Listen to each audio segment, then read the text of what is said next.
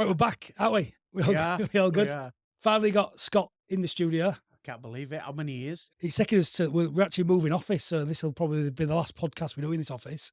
It's all good. But it's our 20-year anniversary, our birthday this year. Congratulations. What's the actual date, Scott? Come on. It's 5th of July, really, but 1st September started trading. 1st September. So I thought what we'd do is we'd have a little look back in history because a lot's changed since we. Remember us three did that podcast? I can't even think when we did it originally. Before lockdown, wasn't it? Was it? It was my last one. Scott's last one. Probably 4 years ago, I think. Yeah. But what I wanted to look at is, I'm going to start off with a bit of a question because you've been around the entire journey. Certainly have, yeah. Back in we was looking at that video from when I was in Martin's office. Yeah, in the broom cupboard. Why was we talking about that? I can't remember. I think it was just reflecting on where the pair of us have gone since. The broom cupboard upstairs. Yeah. So what's quite interesting, the office is where we're moving is underneath the broom cupboard upstairs, which is quite funny. But I want to start with a question. So as we reflect on our sort of past 20 years for the pair here, what are some pivotal moments and key decisions that we think's defined Cloud to where it is today? So who wants to go first? I'm going to chuck it to you. Chuck it to Scott. How far back do you want us to go? I think you start from the origin story because I think we're gonna chop this podcast up as well because I realised as we're onboarding staff, some of them don't even know who we are, do we now? So they need to know where did it start, what happened, and then I'll start filling in the blanks and we'll fill in the blanks. This one come on board as well. So where did it start? Oh, such a long time ago. So back in 2003, I was working as a contractor for Food Standards, DEFRA, and my old boss asked me if I wanted to buy him out. And my answer was no, because I ain't got no money. Because basically, every penny I earn, I used to go out on a weekend and spend it on beer. So, You're joking. It used to be called Beer Cloud. yeah. After going back and forth a number of times, we came up with a deal. Because I was quite happy doing what I was doing anyway. And basically, I worked for free for a year. And the money what he earned from the contracts paid for him, I got any money on top. No, Nigel, who I used to work for, was quite clever where it covered the very minimum the contracts. So within 6 months from my mum's back bedroom, I remember having £30,000 in my bank account after 6 months' work. But the fun never stopped. 8 o'clock in the morning till 10 o'clock on the night. Everything used to break. It was the cheapest, horriblest stuff. I hope he's not listening to this. Might don't. So everything used to break. From then on, it was like we need to change things. There was lots of technologies changing. So wireless was coming out. Broadband was coming out. So people having internet. Everybody having their own email account. This is how old I am. It seems ancient. So yeah, that was like the first step of the pivotal points, really. So I got out of your mum's back bedroom. Yeah. And into, what was the first office? Or you was doing a lot more hardware when you originally as well, back in the day. Just a lot of call-outs. Things used to break. People give me a ring. We charged them per hour. Selling printers and PCs. That's how I met Dean. So Dean used to build the PCs at a little shop where he used to buy them from. Showed Dean how to fix laptops. Yeah. Yeah. And I think actually one of the PCs I built would have been, how long have I been here now? I think Cloud. I think 16. It's either 16 or 17 years. I can't remember. So that long. we've just recently decommissioned our last Windows 98 machine, was it? Yeah. At the bridge, which controls some of the signs. And that was from, so that'd been, 18 years old, will it? The build for that one, that was the last machine. We should have brought that back really, as a trophy, shouldn't we? Burnt it. but a long time. And I always think, remember that leadership video I show where you have the first crazy dancer in the field? Yeah. So Scott can dance. Yeah. He can dance. And Dean was the first one who went and supported him dancing in that field. Scott turned a lone nut into what is now Think Cloud. So I don't know which one's the most daftest out of the pair of them. I don't know. Scott for his dance now, Dean for joining him. I know. I was going to say, I remember the place I was at when Scott used to come in as a customer. Eventually merged, and then you carried on separately, didn't you, by yourself? But I remember when I first came to work. I don't know, was it when you just got the offices? Back Hazelwood with Pelman. I used the storage. I used the storage originally, yeah. And when we went in, I went in to work with Scott on the first day, and there was no desks, was there? We had no, there was nothing. It was just, I think I had a bit of pen and paper was my job tracking utility. And I just made Scott told me what I needed me to do for the day. I'd make a note of it on my pad, and then And we off used I to went. do it. So a weekly meeting, didn't we? What jobs you done? How much time you spent on them? What was it for? And that's how we used to do our billing. Little manual. One of my favourite photos of your time at Louis Pearlman was when everyone looked like Smurfs. So for people not listening, explain that photo and I'll see if Zoe can edit that in. What happened there? Do you want to explain that one? I'll let you do that Yeah. one. So I'll call him out as well, to be fair. I hope he listens to this. So Alan Ruckyard, I think he's still actually involved with that business centre. He's one of the managers. He bought some replacement toners for the reception copier, but I think it was more like a copier that tenants could use as well. So it was in the main reception, and he just came running through to our office, didn't he? And he opened the door. And I need to borrow a Hoover. For what for? And he'd put the blue toner in, smashed the door onto it to try and ram it in because it wouldn't fit, and it popped and blew up. But luckily the carpet was blue. But I've never seen so much blue toner in all my life. It was that bad. When the front reception doors opened, because toners, if you've seen it before, it's like a really fine powder. Yeah. You can't hoover it. The blue toner got sucked out into the front car park, and all the tenants used to have the cars cleaned weekly. And all the tyre black, what had gone around it, stuck to all the tyre black. Everybody's cars, 10 blue. And he had to pay for a specialist team to come in with paintbrushes and gently scrape it off bricks and hoover it properly. But it comes up once a year, doesn't it, on Facebook? We have a laugh. Brilliant photo. I've never seen it. We need to. I've got the photo. I'll send you. But yeah, Alan Ruckyard was the one to thank for that. So roll this forward then. We don't get you on here often. You can be. We have these discussions, don't we, where I do the strategy and I'm future thinking, but you're also very future thinking yourself. You like to pretend you're not at times, but you do come off now and again with some like world class moves, don't you? Like bringing Dean into the fold, recruiting me into the fold. Some just pivotal game changing moves. Then he goes back into hiding, doesn't he? So explain, because how me and you met, for anyone listening. Me and you was big into personal development, and we still are now, aren't we? It's a huge passion of both ours. And I was growing a construction company, and we went from 3 million to 15 million. And I was basically, from a leadership point, I was helping you, I was doing a leadership degree. You was doing your own as well, weren't you? I was supporting you. And when I look back, it was madness what we was actually doing. Because we still use the frameworks now, don't we? What we learned then. But there was no good to us back then, was there? Nah. No one to lead. No one to lead. Nah. And I think where we became good friends, obviously I was probably one of your worst clients because I was a dick back then, but there's mitigating circumstances behind that in terms of high pressure environment. I didn't respect IT to the level I do now. And I didn't respect it in terms of, I used to just think it works. I think the best thing to talk on is I always talk about managed IT. What is managed IT? And I chuck that into the floor. What is managed IT? I think that one of our biggest things we changed is we managed IT. It's us wrapping a service around it. And I'd like to think when we train the guys, we're like a 5-star white glove service.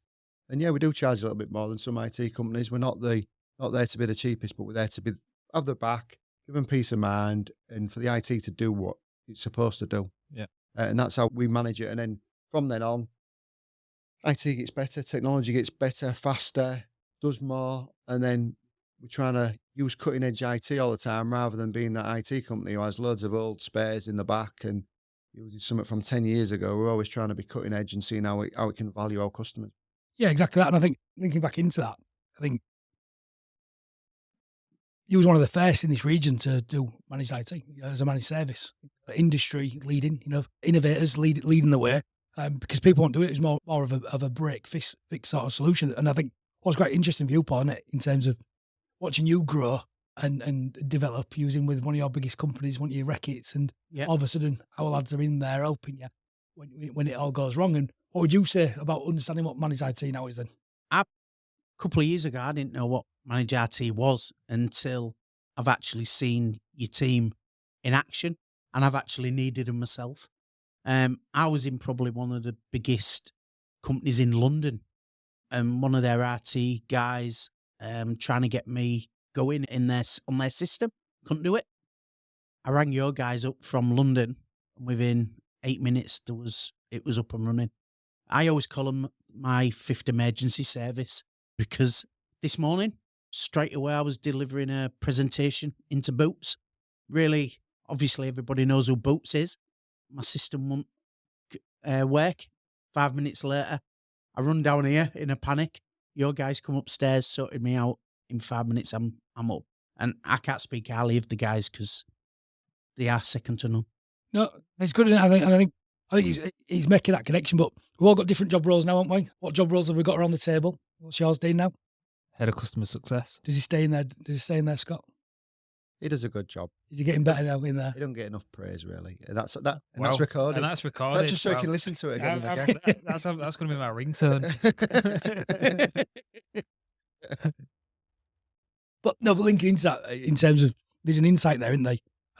You say you don't get enough praise, but it's quite interesting watching you two because you're more like brothers at times, and the way you fight and argue and look with each other. So it's been quite an interesting dynamic joining the fold. But I think for me, we're taking Think Cloud on now, where we are now, aren't we? And it's mad that all the roles we do is. I think for me, IT is so pivotal in all of our lives. Look at Andy's Mancle, what we're doing there with it. Look at saving lives. It gets us paid. There's so many amazing things that's going on. But we have to be ahead of the game. And that's something you've always pushed us to do. So I share as well. What would you say has been the biggest sort of change you've seen, Dean, over the last sort of 5 years? Then? I think I'd probably go back to about when we moved into this building itself. Was it 5 years ago? 2018. 2018, wasn't it? 2018. I'd say around about then, I think the biggest change for me was, like you just mentioned then, what do we all do in the business? At one point, we all wore multiple hats. That's why you've got no hair. Yeah, it's coming back. Coming I back, don't isn't it? know. It cost me a lot to bring this hair back. It's fed up. Tell you what, he's looking 10 years younger. But yeah, so like I said, wearing multiple hats, because it was always me and Scott up until that point, maybe 5, 6, 7 years ago when we started to expand more. But before you came in, traditionally I wore loads of hats. So the norm for me was always doing multiple roles. And the hardest thing I've ever done was stop doing multiple roles. I know I still get dragged into these areas at times, but trying to separate your duties and do what your highest and best use, trying to focus on that, that's been the hardest challenge for me. With me as well, especially from the outside looking in, I spend quite a bit of time within the business, and I see that each of you have got your personal leadership skills, completely different, all three of you. And could you share how your leadership approaches have influenced the company culture of the business and how balancing and maintaining the culture while fostering growth within it? Yeah, Who's going first for that? That's got to be written down. That It's page, definitely- come on with that. No, it wasn't. It No, it wasn't. I've been Just practicing that for 3 hours. Just nailed that. For me, Scott can add to this. From a personal my leadership style really has always been about the people. And I think what I like is Scott and Leon have always set the vision and set the culture. And I just like to help embrace it and communicate it down to the staff. That's the bit I enjoy. But I think before you came on board, we took people on based on, we've mentioned this in other podcasts, we brought people in based on skills. The way we recruit now is all based on the vision and the culture of the business in it. We recruit on traits as well as skills. And I think that's helped massively because we're attracting and hiring the right people. And our culture defines the way we work. If people don't align to that, then it's really simple for us to choose somebody else. Right to that. Yeah, just to add to that, previously you think if I get somebody who's a better worker and got more qualifications and more skills in a technical role, they're going to be a total better member of staff and be able to do more and relieve you from other duties so you can do your highest and best use. But I think looking back, I made some I don't know what to describe it as, but mistakes is probably the politest You can way swear, of so putting we it. can edit it out. Lessons. They're all lessons. Lessons. Yeah, we've had some shockers. But then, like I say, I don't even do the recruiting now. I get involved in some of the senior roles, but we have a framework now. And it's quite funny because I must get about 5 or 6 recruiters a week. I had somebody ring me up on my mobile just out of the blue, and because I was expecting a call, I answered it.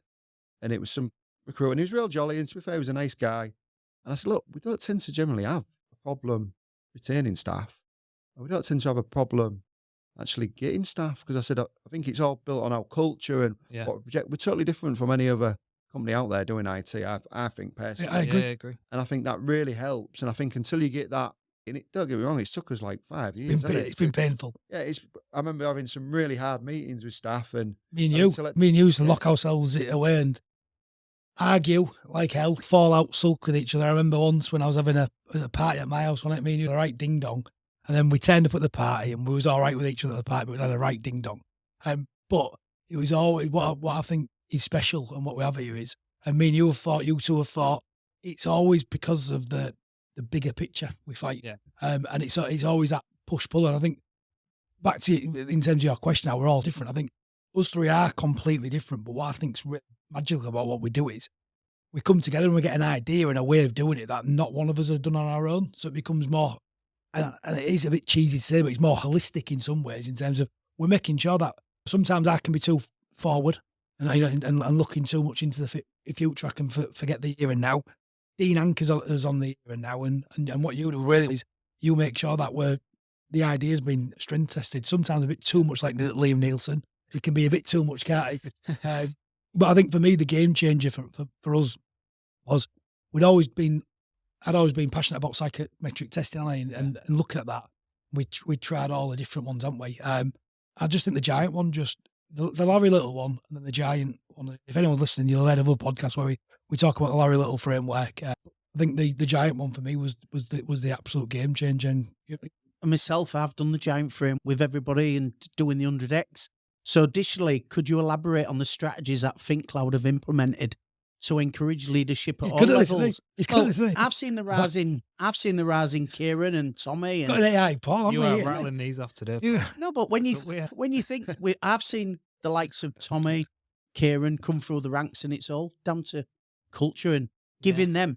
They can express themselves, can't they? And they're not frightened to do. Here's one, because Kieran's family, so we can call this out. When Kieran first joined, you two was like, there's no way he's going to make it here in terms of the way you had it. But I'd said, you got to back me from a cultural point of view. And with other members of staff, we've had it, haven't we? But I think the key bit, once we got over that hurdle, and I think this links into the service I think we're building, it is all about the people.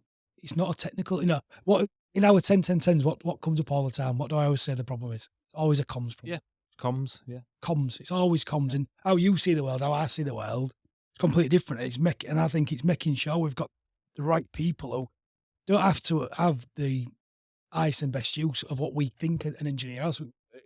And I think linking back to that, you was out actually last week with me, weren't you?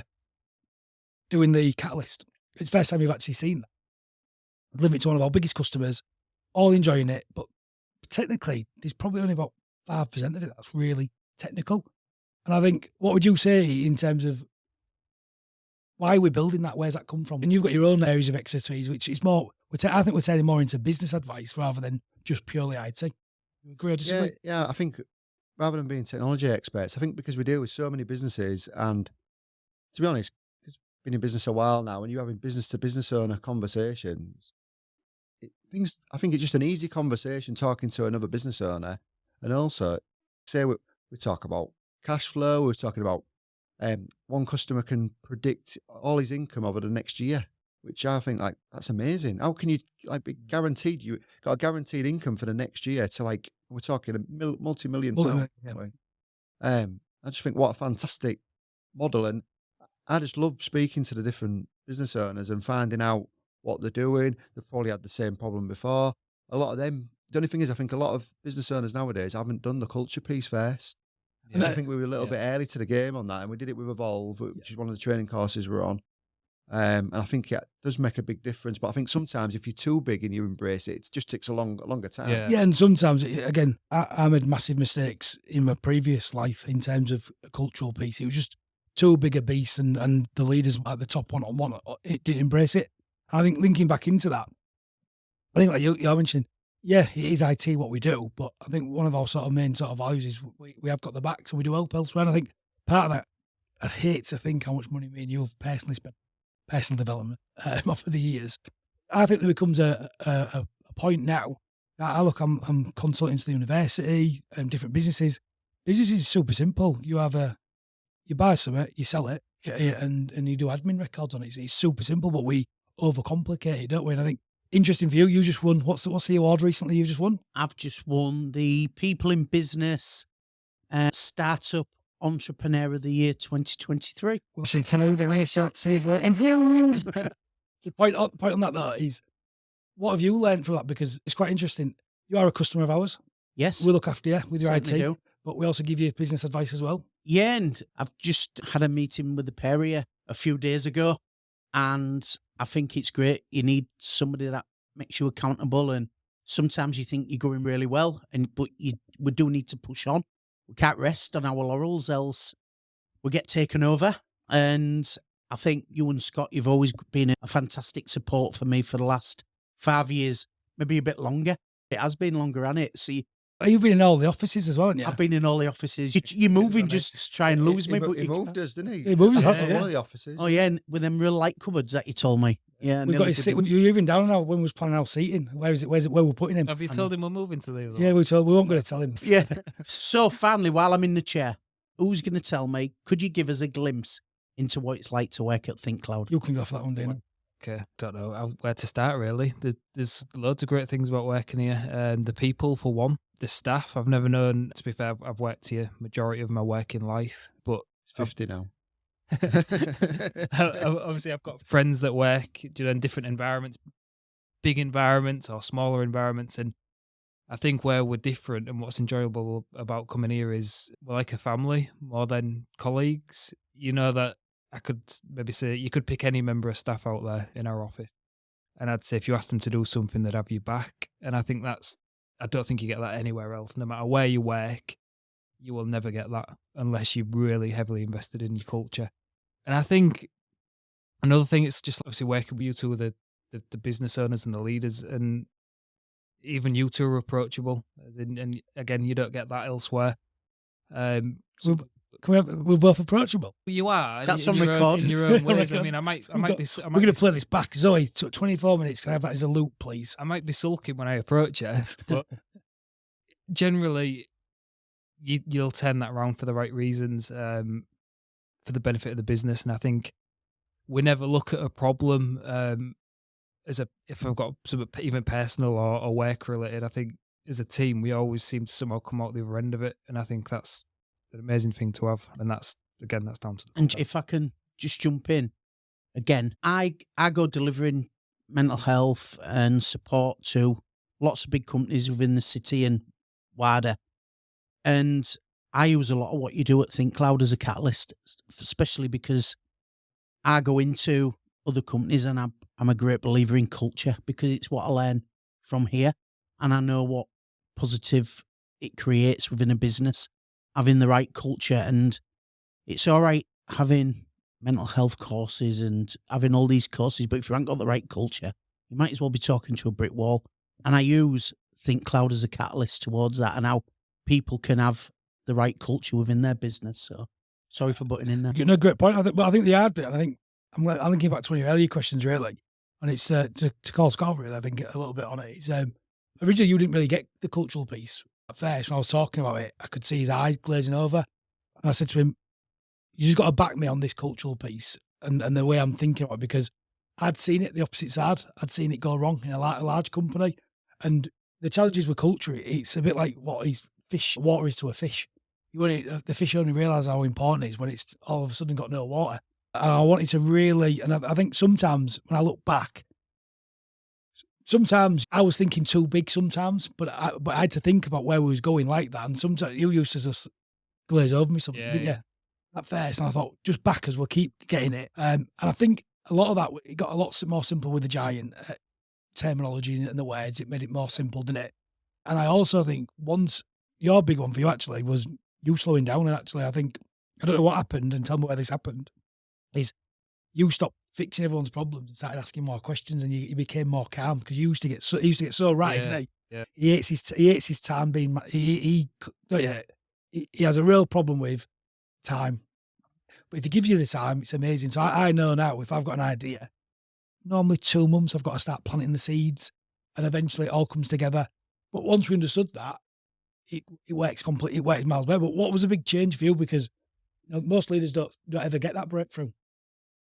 I don't know. I don't know what was the switch, if you like. But I just remember thinking, I'm doing too much. I can't do everything. So it was a case of, what can we do to scale it? And it might have been when we started Evolve. Yeah, Evolve was good, yeah. Because we was learning techniques like 4 helpful list, judge box, all them things which are really useful for managing people. And again, a lot of the time, you haven't been taught how to be a manager. You just plump the manager's role, and it's, there you go, you're real good at your job. You go lead people. And it's like now we're a different beast, aren't we? We're like 16 staff now. I reckon by the end of the year, we'll probably be at 20. Got enough space to go to 30, which is our goal. Yeah, that's the goal. That's the reason we have to move and lose the view. We lose the view, but get more seats, don't we? Which is it's a shame, but we need to do it for the growth. But I think one of the biggest things I can do now is I've got people I can delegate to, where before there was only really Dean who I could delegate technical stuff to at the time, where now we've got a team of all these different people who we can delegate stuff to. So it keeps all the plates spinning, where before you feel like you're spinning the plates yourself. And sometimes you have to let them drop. And I think even now you've got to let your plates drop, but it's prioritising and just working out who can do what. Maybe might not do it as good as you think you can do it, but actually once you give it to the task to them and give them the onus to do what they can, and often they'll go a lot further than you. Yeah. But you have to allow them to make the mistakes. I think the other thing is allowing them to make the mistakes. So I used to stop them making the mistakes. Yeah, because you thought you was protecting them back then, didn't you? Yes, I think that's a big culture change, really. Yeah, I think that's true, because I think you've made it safe now, haven't you? And we have to make, that's one of the big challenges. We have to make it safe to fail, because you're never going to build something on your own. But that's the hard bit, letting go, innit? Because it has been hard for you letting go. But I think the challenge with that, though, is the challenge with technology. It's got to be right, hasn't it? And especially we work with Ministry of Defence Supply Chain. We can't get these things wrong. So it's finding that balance. I think it's built with a lot of things. They can build a safety net, so you can give them so much onus to do whatever they need to do, but you can build a safety net in just in case. A bit like Who Wants to Be a Millionaire. You put your safety net in, and you can go a little bit above it, but it's okay to drop right back. But as long as that net's there, so you don't have a total fail, you're okay. Really.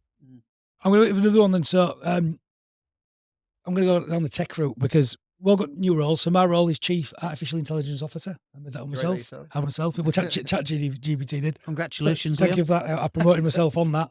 But linking into that, Scott's role, we did this, actually presented in a talk what Scott's role was, and where there was a crossover from the Chief Technology Officer. And ultimately, when you look at between us all, I've always been the guy who's always been trying to use that next piece of technology to enable me to do something different. And I've shown you how to use it, all of us, right? AI has always been there in the background. It's not going away. But I think, what do you guys, all three of you, for all you really, it's now becoming a stable in the workplace, isn't it? So how do we see it progressing? What do we see jobs disappearing? Do we see what's everyone's thoughts and fears on it? Because it's quite interesting for me, because I'm doing my talks. I'm getting everybody scared of it. Everyone just seems so scared of it. Whereas it's not as clever as what everyone thinks, is what I would say. And the way I sort of deliver it is, I think AI is like a 5-year-old child. It's amazing. You can have some magic moments with it. Leave it unattended, it'll burn your house down, right? So you got to really feed it. But then all of a sudden, you can do some amazing stuff and some amazing tasks. One example I want to use was the robotic one. You've been looking at the robotic tool that can automate billing inquiries and all different things. So are you scared of it? Do you think companies should be scared of it? What's your opinion? I think it's like that Judge Box thing we was talking about. I think as long as you put some hard barriers around it, kind of thing, I think it'll be all right. Just from our business point of view, where I think we're going to benefit from it, I think we have so much data, so many tickets. How could we automate things? For instance, one of the guys starts typing something in on a ticket, or so it reads a ticket and it says, actually, you need to try this, and it prompts one of our engineers to say, oh, we've had this before. This has come in 4 times before. So it could be really useful for us on that front. Again, any data. So we're trying to keep a lot of data on KPIs and things like that for number of tickets per user and all this. Anything what can read data, and hang on a minute, there's a problem here. Something's beyond the norm here. I think you can train, don't get me wrong, you could train people to do that, but sometimes it's really hard to train people to do things when we're just so busy all the time. Saves a lot of time. You got something looking at data and popping up recommendations. I think a huge difference. I don't think it'll take jobs away. I just think people will adapt their roles. So you might get, say for instance, help desk people aren't going to go away, but it might be they can use the tool and just need to know how to use that tool to work more efficiently. Yeah, I think it's going to do is, for me, I think it allows us to be more creative, but also back that up with analytical data, like you're mentioning. So we can make the businesses. The example I always use is, you'll have a business case. It's the way your brain thinks. You like stuff on paper. I struggle to get stuff down on paper.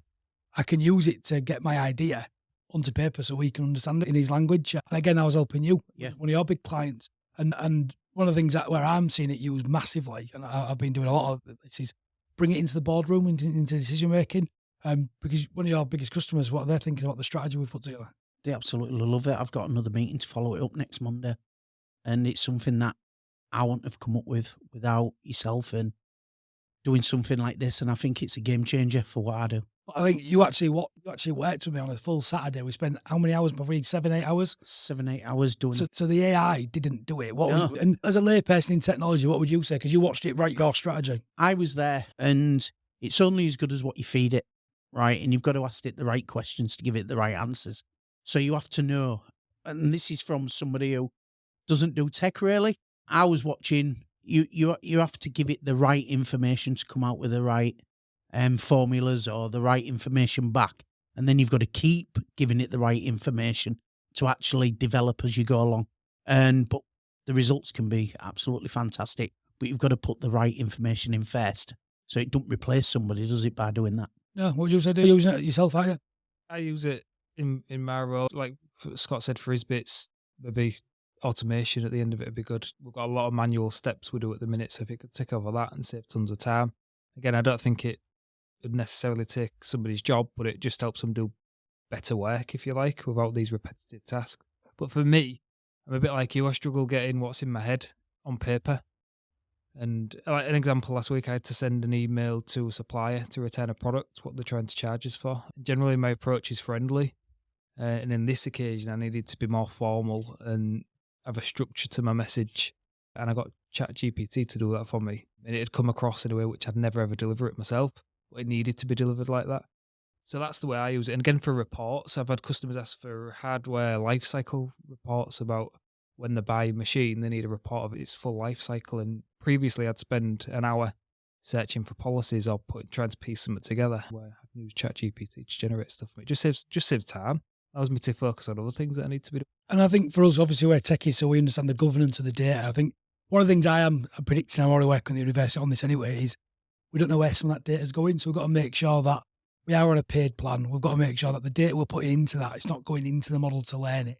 So there is a risk on that because we don't know where it's going to end up. But I think for me, I think where it's really important, and just put some notes on this, is, so it's from a guy called, what's he called? Jibril Muhammad, right? And he's better known as 19 Keys. I love him. Anyone that listens to this, go research him. But he's just an awesome guy, sort of just preaching around tech for good and all the cool ways it can be worked on. And he says, we're in an area where we've got natural intelligence plus artificial intelligence equals enhanced intelligence. But what he goes on to talk about is, that's great, but a lot of us humans don't even know the rest of the intelligence out there. So I've got a list of them here. So you've got natural intelligence, spatial intelligence, mathematical intelligence, conscious intelligence, kinesthetic intelligence, music intelligence, interpersonal intelligence, naturalistic intelligence, existential intelligence, and linguistic intelligence. So there's a load of them there already, right? Now, we don't know all of them, but let's take, we're moving into the offices, right? From my own trade and what I used to do for a lot of years, I understand spatial in terms of where things can go, what can happen. And I can look at a plan and understand just from dimensions what something will look. When you was working on it, you was looking at the plan, weren't you? Like, this ain't going to work. But me and you back to each other. I was like, just let me show you it. What do you think of the space in there now? So, but the difference is, I know how to use, I understand that area of intelligence, so I can manipulate. You guys understand risk and governance around how we manage different processes. So I think the big challenge I see around AI is an amazing weapon. I liken it to a bit like, we've got amazing fighter jets, haven't we? And they can do amazing things. They can land, they can take off, they've got autopilot, but we still need an expert in there. And the talk I was doing the other week actually on this is, remember I went to Blake to go see the Red Arrows? I always talk about that. Now, I didn't realise until I was in with the Red Arrows, they're the elite of the RF's elite of the elite who go fly with the Red Arrows, but they fly just by sight. They have no instruments when they're doing all the flights. And the reason they do that is because in a dogfight, if their instruments get shot out, they need to be able to fly like that when it matters. You're looking at the new I forget the name of the new fighter jet, but the new fighter jet that's out there, that's like amazing. I can do all these amazing things. They still learn to fly without all of that technology. So you still need, for me, you still need an expert driving it. And then linking back into, what's it called? Henry Ford. I don't know if anyone remembers, there was a famous court case where he was getting sued because the motor vehicle had started having a lot of crashes. He was up at court. And the way it goes is, American state was suing him, saying that you're not competent to be in charge of Ford Motor Co. And he said, I'm going to ask you this question. Whenever I have a problem around suspension, engines, combustion engine, you name it, I can ring a little bell and I get an expert of telemetry who comes to my desk and will solve any problem. And he can ring, and he said, who's the non-educated person? The person who is ringing the bell or the person who's running to the bell? And what I think AI is giving us, we're a bit like Henry Ford, where we've got experts in different fields that if we know how to ask the question, all of a sudden within our fingertips, we can have amazing data to then go back and be creative. Would you say on that? Yeah, no, I certainly agree with that. It's a lot of experts, though, isn't it? There's so much you can ask it. And again, you can put your questions in so many different ways and get so many different answers. Yeah. So it's learning how to ask them questions. And again, we could all probably do with a course on that, couldn't we, on how to do it? Funny you should mention that, Scott. You just teed me up nicely, little plug. No, but we have got that course coming out. And I think I was teaching at a school today, prompt engineering, and just for the kids, you guys have seen it, all seen it. I showed them how you could use just words and turn myself into a Disney character. And it's got more hair than me, granted, and maybe a few less wrinkles. I'm not happy on the ears, though, Dino. No, these look a bit Big for me, to be fair. But the point is, I don't know. how amazing is that to go to a group of 13, 14-year-olds who don't want to listen to me, but they love Disney. Disney They character, love, yeah. they love Disney on. They thought he was quite cool. Just thought I was a bit of a tit. But apart from that, the point is, it can be used to do amazing things, and I think that's where it's going to enhance us. So I want to go next, link into that. The next one I've got is, so we've spun up an app development division, haven't we? Why? Why? I think it's because what we was finding is a lot of companies and their business processes, they haven't got a system what can cope with them business processes. So a lot of the time, you could see the pain in that business, can't you? We look after all the IT, but you can see it's maybe an antiquated piece of technology. So it's an old Access database or whatever. There's some really old piece of software. Or even down to people running the businesses on spreadsheets. Spreadsheets were invented in 1976, I think it is. And there's just better ways of doing it, isn't there? Paper. Yeah, paper. People still using paper, which there's nothing wrong with using paper. How many times have we been to a business when they haven't even, you ask them to write down the process and they can't even write it down because they don't even know the process, which the first piece is to put it on paper. But we just thought it would move businesses on so much more. And we looked at maybe potentially partnering up with people, but the opportunity came to spin our own up and we thought, well, yeah, let's do it, didn't we? What would you say? Yeah, do you know what? Because obviously I'm customer facing. I deal with some of the decision makers on a weekly basis. Part of my job is to meet with them once a month and find out what pains they've got. And I was coming across common pains that we couldn't really fix because we didn't have that tool really. And like Scott said, we're a few customers where they're just coping with a legacy platform, what they've had for years, or they're doing a process because it's the only way they know how to do it, but it involves 10, 20 steps. By having this sort of arm to the business, it's a different approach where we can save people time and also digitize some of the stuff. Yeah, exactly. And linking to the work you're doing, you've seen how I'm already mapping out how we can use technology to add value to your customers, from digitizing you to building maturity models so you can do proper assessments. What would you say? Oh, it's absolutely brilliant what we've been talking about and going to put together in the coming weeks. It's exciting stuff. And I don't know. Does it scare you? Everything scares me. Yeah, I've been scared for the last 3 years, but it's working. But no, it's really good. I don't see anybody doing the same as what I'm going to do in the market. So yeah, it's exciting stuff. I'll show you the secret. Come with a glimpse. No, it's a bit. No, we're just going to. It's like the same as you, where you streamline your business and deliver courses, and people are going to be able to do training around the globe. It's a bit like the way we do our maturity model on far areas of the business. For the work I do with Man Club and work with Paul, linking into it, it's all right, Paul going in there and delivering his training, but if the culture's not right, the leadership's not right, and I ain't got the infrastructure to support it, he's, for a better word, he's pissing in the wind, isn't he? Yeah. And it was a way for you to call that out, and I've helped you develop some bits of it, but you've had some great ideas on it. Yeah. And I think it's just, you don't want to just put a course in and it just be sick exercise, and I think that's where it's changing. And over the last 6 months, I've been going into companies, and you can give people qualifications within the business, but I've been working on something called the What's Next program. And this is just part of that. What's next? How we're going to develop people's culture and how we're going to help the businesses. And we talk about culture and strategy and management and all sorts. So it's good. excited. Where we're going to go next, I've got a question for us. So, workplace well-being, and how we're linking that in with technology, what we're thinking. Because for me, I love technology, but I did a talk today on this with the school kids. Technology should be used as a tool, and I think sometimes we're getting too obsessed with it. There's a big study that I've been doing about loneliness. We're the most digitally connected race ever in history. We're more connected than ever, but yet we're the most loneliest. It's tragic, really. But part of that is because we're not building meaningful connections. We can't from the back of these. What would you say? What do you think's happening? What trends are you seeing? What are you thinking about it? Similar. I've just come off holiday, and I was talking to the wife while I was away. I put my phone away. No social media. I didn't post anything on social media. Somebody threatened me. No, I didn't post anything on social media. I just spent time with the wife. But what I did do, we went to restaurants and stuff, and my phone was left in the safe in the apartment. But I did sit a few times and go to my wife, just look around.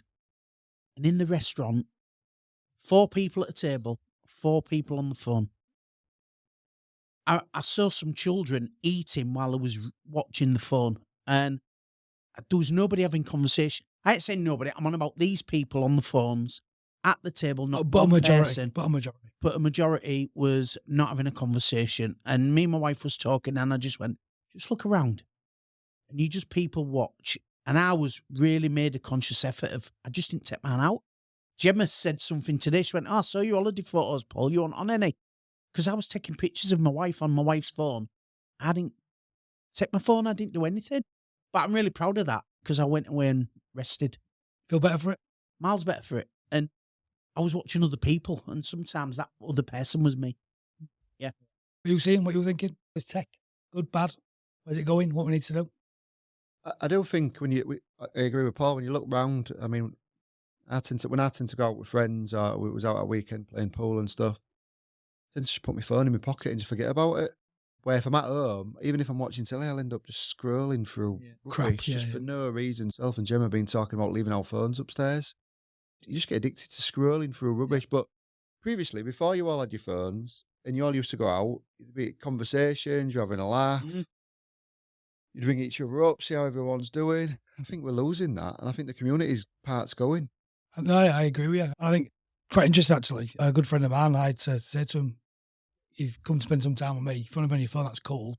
But I'm off. I've got other stuff to do because I've started to notice more people turning up want to spend time with you. They're on the phone. I can't put up with it anymore. I think stuff like that has to change. And we've learned that on the Giant. Because you mentioned actually about the same thing on not having the phone. Is that where you think it's going? Yeah, same. On the last podcast, I think we did. My phone stays downstairs now. We go to bed early on the night once the kids go. We go watch telly.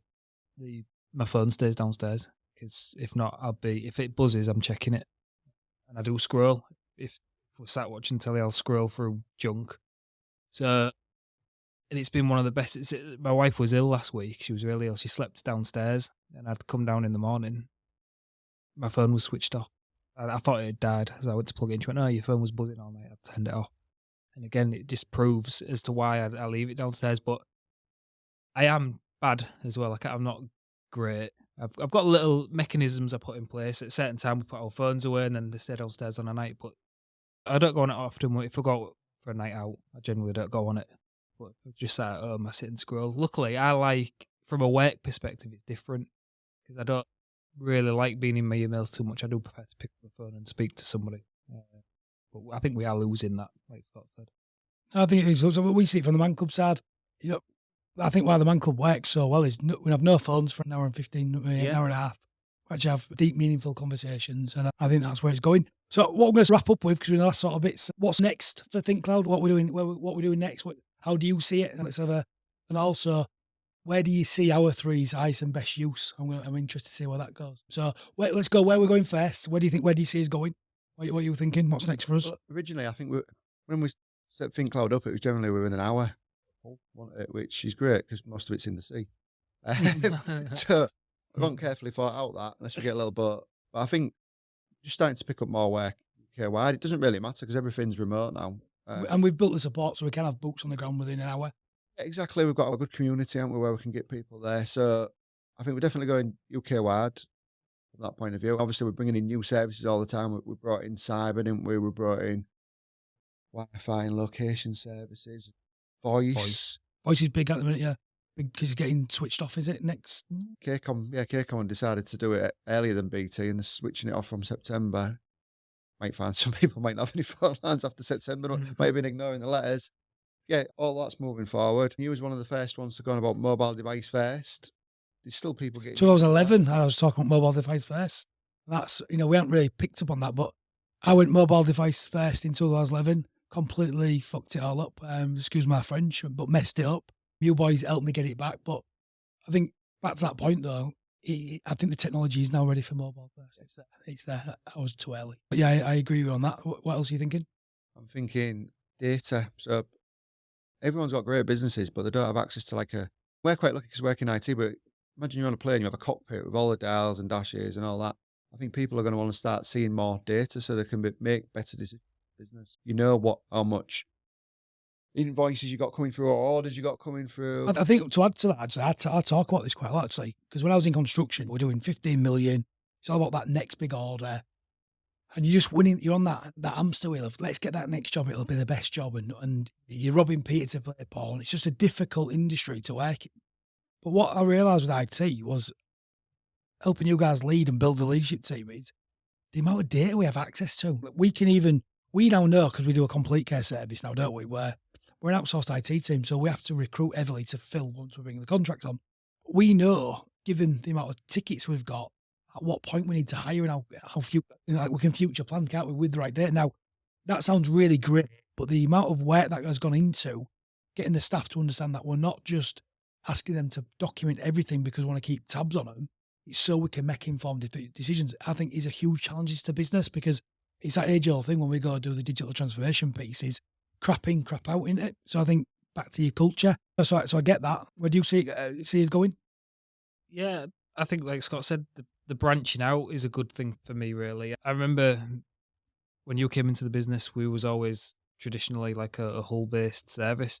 But some of the projects I've been working on recently, we've been delivering network installs and electrical installs to like London, for example, and we've never had to visit the site. We've got great partners that, act as ThinkCloud, so we can branch out. And obviously another client we've just took on down in the Midlands. That's quite exciting. I was probably the one that was most skeptical at first about branching out a Hull, because I was thinking, how we're going to support this. But as technology's evolved, it's more than capable. Yeah, and I think for me, it was always my vision for us to be more than the M60, so we can be anywhere, which really excites me. But I think it's all right, me coming in and doing the strategy for that. I think what you guys have done really well is built the infrastructure to support that, which has been no small feat. So turning it round, where do you see it? Because you're going to be thinking 5 years ahead of us. So this might as well scare me now. So no, all right. So I think real simple, really. I think obviously the cyber piece like we're doing. So now we offer a cyber risk assessment process. That was a piece that was missing because companies say, oh, we need to do a penetration test, we need to do this. And for me, I always try and think back to my days when I was in construction, when you was a customer, I was your customer. I didn't have time to read these massive reports. And I think what we've been able to do well is bring it alive in people's mind. I think the way Dean delivers the presentations is fantastic. And the work Rich is doing. So I think that piece is going to continue. But I think the digital transformation piece is now bigger than ever before. And before we was always pushing on with Google, weren't we, and going down that route. So what I think's changed is Microsoft's caught up massively now. You can do some amazing stuff on that platform. There are different horses for courses depending on the culture of the business and what type of staff you've got. But I actually think where I see it changing now is the app development, what integrates into your core line of business applications. Knowledge management, I think, is going to be huge. Some of the products that we're just moving our own knowledge management. We've outgrown our own knowledge management system, which is light years ahead of most people. We're going into a new platform that's got AI built into it to help us with processes, to do the vision, the mission. So I think that's going to be, knowledge transfer is going to be huge. And I think, and you're already seeing us do it in terms of business advice. I think the way we're slowly transitioning is from our years of knowledge on businesses. And also, I remember seeing G. Abraham speak. I don't know if you've ever heard of him, but he's a famous business coach. And I remember watching him speak, and he was amazing, just so captivating. I paid a bloody small fortune to see him talk. And what his skill was, he'd worked with over 1,000 different businesses. And all he did was apply a solution from one industry into another industry, and it was groundbreaking. And I think what we're doing really well is helping certain industries, but transfer that knowledge into different industries. So I think that's what we're going to continue to do massively. So I think we're going to end up being more consultants and build our consultancy services. But where I think we're going to be different is evidence-based approach. We do. So there's return on investment. I think that's going to be huge. But turning that consultancy into more experiences so people retain information, but also building the digital platforms so they can learn around their own time. So rather than what I call doom scrolling, they could be using a knowledge platform to be actually learning. So doing micro learning is where I see it. What you thinking? My 5-year plan, probably just growing, getting bigger and helping more people. That's how I see it. And it won't just be in this country either. No, but I think what's exciting for you, and it's the same mission we're all on, is you've already got the product and the service because people love what you do. So we're looking at how can we use technology to amplify you and accelerate what you do faster, better, and add better value. So I think, and that's what all businesses are going to be looking at is how can they add, and I thought this the other day, and it always comes from, I think, being creative. Working with that big company who just took on it in Blackburn. Yeah. They loved all the Giant stuff we was doing. When you come to the one we did in Castleford, loved all of us talking about Giant. But we've been able to then give them access to the founders of Giant, who's done a podcast with us, right? Yeah. And then we've been able to give them access to nearly 50 podcasts where we talk about all that platform from our own lived experiences. So I think what businesses are going to need to do more than ever is look to add unique value like we're doing in that sort of area, because people come to us to buy security and IT because that's what we do. I think businesses need to be asking what more can you do? And I think that then presents a challenge. So anyway, any future staff listening to this, that's why we've been big on making them get in front of the camera, go do presentations. You heard me this morning in the sales meeting with Nathan. What's his biggest challenge? He needs to get back in front of the customer. And I see that. For me, what I see technology doing is getting rid of loads of tasks to allow us to go do what we've not been doing, which is get in front of our customers and go speak to them. Any closing thoughts on that? No, I agree. I think, like you said, we've been using, like the example this morning with Nathan, we've been using technology because I think it's the right thing to do to communicate. And at times, what I learned from that today is we've just got to be the human side, get in front of the customer and talk to them, and you clear up 90% of the problems you've been having. It's all back down to comms, like you mentioned at the beginning of the podcast. I think that's what's grown my business, being human, over the last 3 years. And I think technology is just enabling me to carry on being human. Yeah, because you love your story. It's real, it's relatable. Yeah. And you solve a problem. And then the technology just needs to, what I call augment you, back you up and support you so you can have that impact bigger. Because how many countries you delivered into this year? No, altogether? 19. And then we've got another 4 to do. In the next few months. We've got a new country as well where we're going into Argentina, which I've never done Argentina before, but France as well. So give us a list of the countries and see if you can reel them off. I won't be able to reel them Have a all go. off. So Australia, Malaysia, Switzerland, China, Japan, America, Costa Rica, Thailand, Ireland, England, Switzerland. Have I just said Switzerland? Switzerland, Poland, Iceland, Mexico. Oh, Mexico. I did that the other week, didn't I? Yeah. Mexico. So that's 14. It's enough. Yeah, I've done quite a lot of countries in 2.5 years. Yeah, I've yet to visit one, but no, it's been absolutely brilliant, and I couldn't do it without the help of you guys. I love that. Love that. Because you've given me the platform where it's allowed me to go out and do it. So thank you. Oh, cool. So any final thoughts as we go? Yeah. Is that us all checking out? We're done. We're exactly 59 minutes I got us to. So just make sure when you move office, you take me with you. You kept us on track because Scott's on, haven't you? Yeah, that's what I mean. We're all good. So no, that's Leon checking out. Paul checking out. Dean checking out. Scott checking out. Thank you.